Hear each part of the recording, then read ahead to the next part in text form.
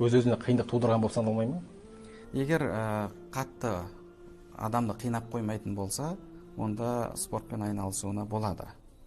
Ал егер қатты қиындататын болса, ораза тұту қиын болатын болса, онда негізі спортты басқа уақытқа, кешкі уақытқа кешіктіру керек. Неге өйткені құлшылық бұл енді бірінші кезекте тұратын нәрсе.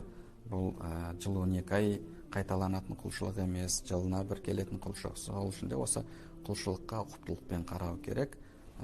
Негізгі бағанағы назарды осы құлшылыққа аудару керек. Оған кедергі болатын нәрселерді кешіктіру керек. Кешіктіруге мүмкіндік болатын болса.